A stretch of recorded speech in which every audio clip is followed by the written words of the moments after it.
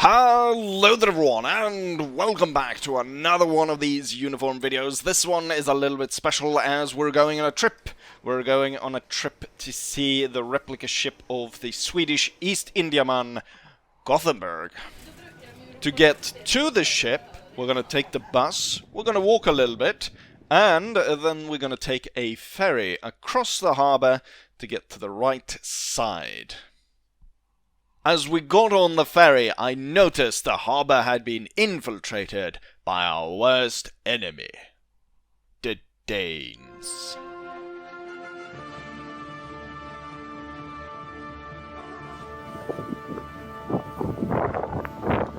Enemy ship sighted! Fire she goes! Fire! Bloody Danes! Cannonade works, sir. She's falling behind. Having dealt with the Danish, the journey continues.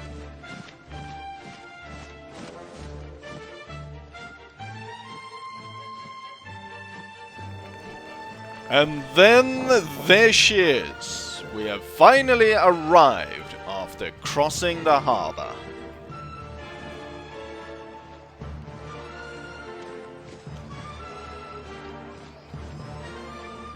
Time to go aboard the actual ship. Now, what you will notice throughout all the material that I shot while there is I will be heavily featured in it for a number of reasons. Now, as you can clearly tell, I have dressed up for the occasion, so it's not every day that you're able to get an authentic environment to take pictures or record yourself in when you have a Napoleonic naval officer's uniform, in this case a lieutenant. So it's not every day you're able to go aboard a ship of that sort of time period and be able to shoot. So that's why I featured me a lot. And then also we went aboard with a tour guide and a number of other tourists.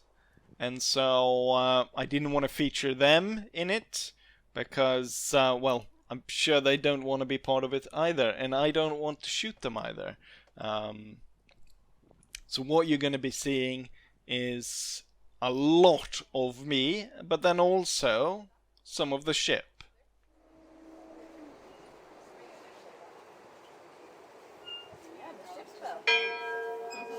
Yep, that works. Yeah, it works for sure.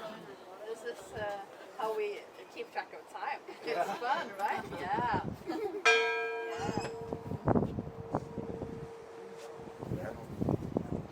Little boat. So, with that serious bit out of the way, let's go ahead and talk about the Swedish East Indiaman Gothenburg. It's famous because, like all famous Swedish ships, it sank. It sank in Gothenburg Harbor. There's going to be a lot of mentions about Gothenburg. The original and the replica are both called Gothenburg. The home port is Gothenburg, and its final resting place for the original ship was Gothenburg.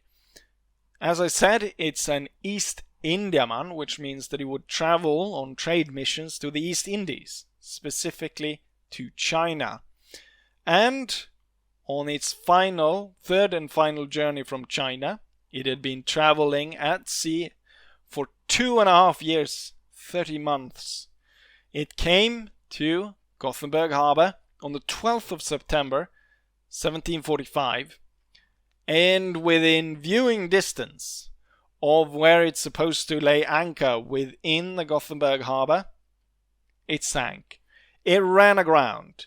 It ran on to the most famous rock of Gothenburg Harbor.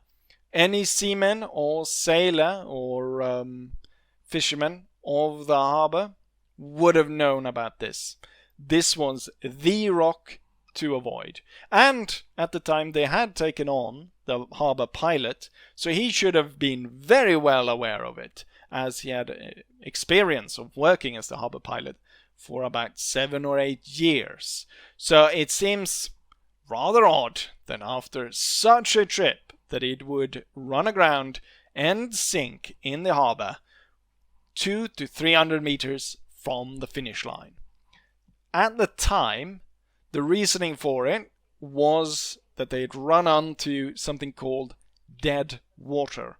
I'll show a graphic that probably explains it a little bit better, but it makes it so it's harder or impossible really to steer the ship. It's to do with fresh water meeting salt water. That was the reasoning given at the time. Another theory that was shared by the guide was that it was insurance fraud. Traveling so far and wide and for such a long trip and so on, the ship, it would have taken a toll on the ship. And after his third trip, it could very well have been seen that, it's time to break up the ship. It's time to pull it apart. It's no longer really worth, keeping together. So it could have been seen that, it could be more profitable to collect on the insurance instead by running it aground. And even with the ship running aground, it actually made a profit. These trips to China were very profitable.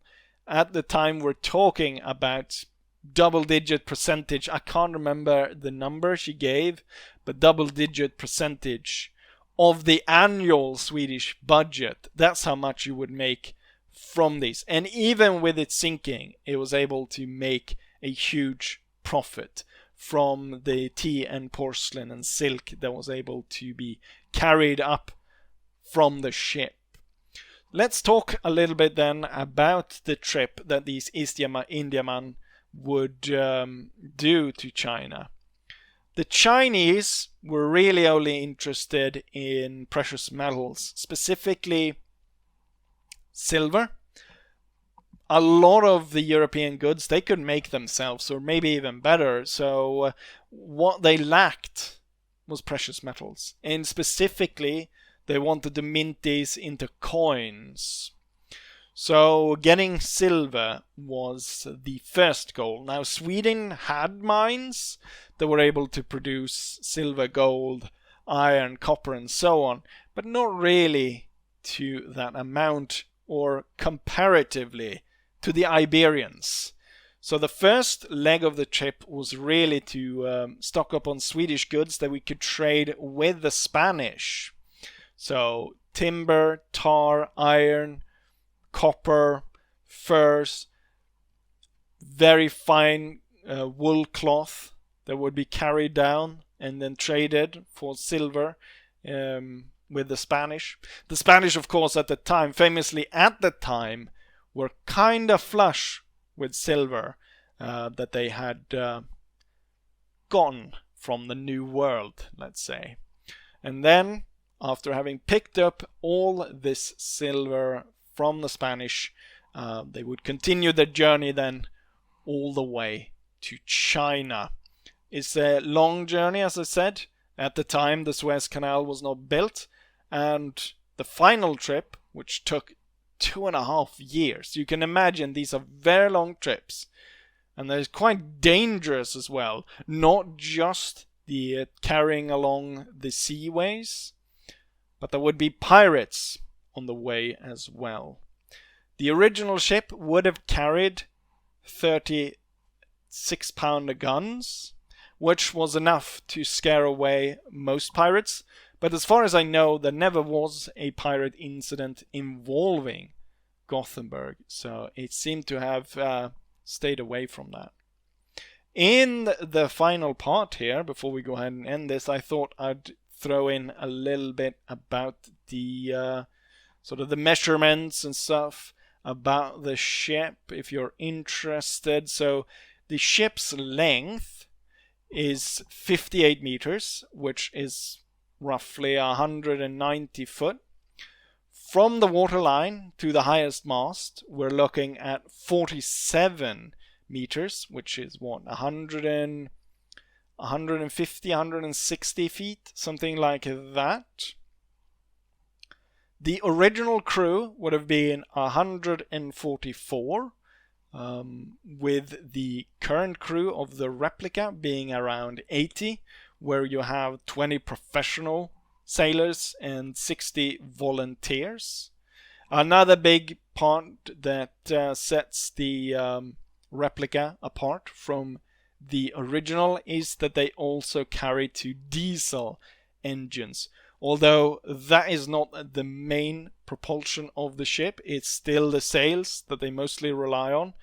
The engines are used when there's no wind or in potential if there's an emergency. An emergency which there actually was, not for the ship itself, but on the 26th of April of 2023, the replica ship Gothenberg was the first one, or the closest one, to a distress call from a yacht that had lost its rudder.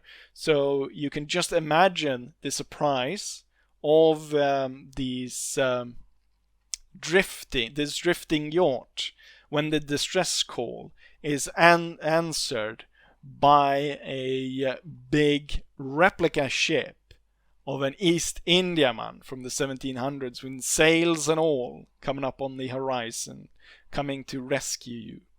So quite an interesting bit there. I think that's about it I'm going to say about that. I'm going to add on some extra material here at the end, but otherwise I will be saying like I always say. Hopefully you guys enjoy this, and hopefully I'll see you guys for the next one. Bye.